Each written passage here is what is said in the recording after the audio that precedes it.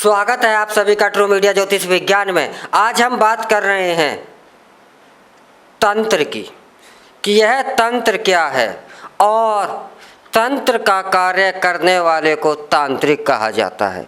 लेकिन तांत्रिक का और तंत्र का नाम सुनते के साथ ही लोगों के अंदर डर बैठ जाता है कि यह तांत्रिक जो लोग होते हैं यह उल्टा सीधा कार्य करते हैं, यह मारने का कार्य करते हैं, यह खतरनाक होते हैं, यह नुकसान देते हैं। वह ऐसा डर क्यों हमारे समाज में प्रचलन में आ गया है और यह डर क्यों है? इसका मुख्य कारण है कि तंत्र क्या है उसके बारे में हम नहीं जानते। तंत्र यह हमारे जो भी कार्य होते हैं वह तीन ही द्वारा से कार्य किए जाते हैं: तंत्र, मंत्र और यंत्र।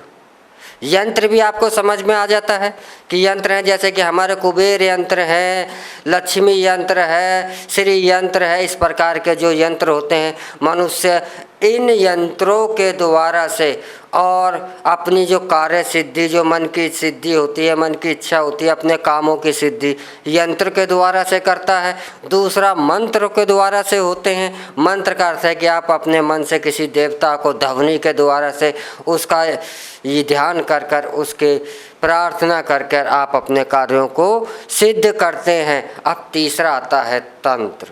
तंत्र क्या है? तंत्र का अर्थ है, तंत्र हर एक व्यक्ति इस दुनिया का तांत्रिक है। यह भी सच है, भले ही तंत्र के नाम से डरते हों, लेकिन ऐसा कोई व्यक्ति नहीं है इस दुनिया के अंदर जो तांत्रिक ना हो। तो हर एक व्यक्ति स्वयं में तांत्रिक है, क्योंकि तंत्र का अर्थ होता है जो प्रकृति के द्वारा से साधन हैं, जैसे कि जड़ी बूटियां हैं, पेड़ पौधे हैं, या इन साधनों के द्वारा से प्रकृति से आप साधनों को इकट्ठा कर कर अपने इष्ट को प्रसन्न कर अपने कार्यों को सिद्ध करना। आप सुबह उठते हैं, भगवान के मंदिर में दिया जलाते हैं, आप धूप बत्ती भी जलाते हैं, आप पुष्प भी चढ़ाते हैं। तो यह तीनों चीज़ें क्या हैं? तंत्र ही तो है। यानी कि आपने प्रकृति से लेकर के ईश्वर को अर्पण करना। क्या धूप बत्ती आपने प्रकृति से नहीं ली? क्या दिए दीपक में जो तेल है, बाती है, क्या वह प्रकृति से नहीं ली? आपने पुष्प चढ़ाए, क्या वह प्रकृति से नहीं ली? तो वह तंत्र साधन ही तो हैं ईश्वर को प्रसन्न करने के लिए। तो यही तांत्रिक होता है। तो तंत्र जो है, अब आप यहाँ बात करते हैं कि तांत्रिकों से डर क्यों लगता है जब तांत्रिक हैं। तो तंत्र तीन प्रकार का होता है। तंत्र तीन प्रकार का होता है। एक तो मध्यम होता है, एक निम्न होता है और एक सात्विक होता है। जो हम घर में पूजा पाठ कराते हैं, हवन पाठ करते हैं, कथा यज्ञ करते हैं, जो भी हम करते हैं यह सात्विक होता है, जिसे हम हवन कह देते हैं, या जो भी पूजा है, जो भी साधना है, हम सात्विक तरीके से कर रहे हैं, तो वह तंत्र का सात्विक रूप होता है। सात्विक क्रिया के द्वारा से भी आप तंत्र का यह रूप करते हैं और इससे भी अपनी क्रियाओं को, अपनी मनोकामनाओं को, अपने उद्देश्यों की पूर्ति करते हैं। और एक होता है निम्न तंत्र। निम्न का अर्थ यानी कि एक नीचे के हिस्से का था, जो सात्विकता नहीं है। जैसे कि भगवान कृष्ण ने भी तीन प्रकार के भोजन बताए हैं, तामसी, राजसी और सात्विक।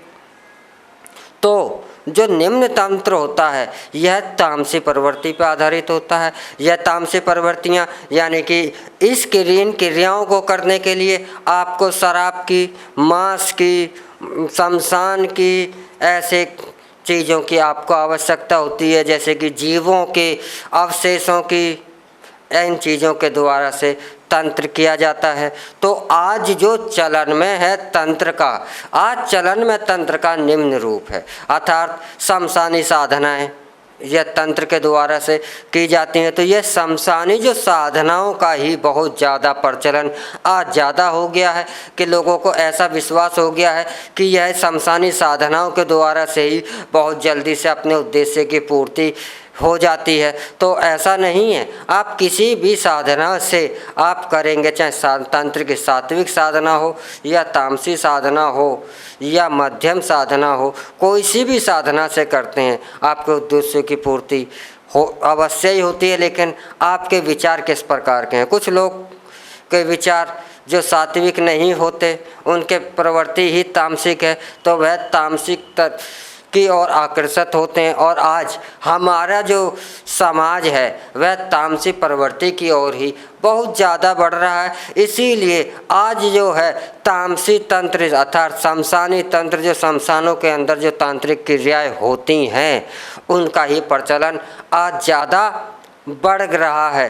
और आज देखेंगे बाज़ार के अंदर भी आज मांसाहार का चलन बहुत ज़्यादा हो रहा है, यानी कि तामसी स्वभाव, तामसी समाज आज हमारा बढ़ रहा है, तो इसीलिए तामसी तंत्र भी बढ़ रहा है। और तामसी तंत्र के का कारण ही है कि डर, कि यह लोग यह शमशान के अंदर किया जाता है, यह मुर्दों पर किया जाता है, यह जीवों के अवशेषों को के द्वारा से किया जाता है, इसमें मांस मदिरा जैसी चीज़ों का इस्तेमाल किया जाता है। अब तीसरा तंत्र आता है, वह होता है मध्यम, अर्थात जिसमें सात्विकता भी है और तामसी प्रवृत्ति भी है, दोनों का मिला जुला रूप होता है, उसे कहा जाता है मध्यम तंत्र। तो आप जो भी कार्य कर रहे हैं, तो इसमें तामसी जो प्रवृत्ति है उसको सात्विक प्रवृत्ति से भी रोका जा सकता है।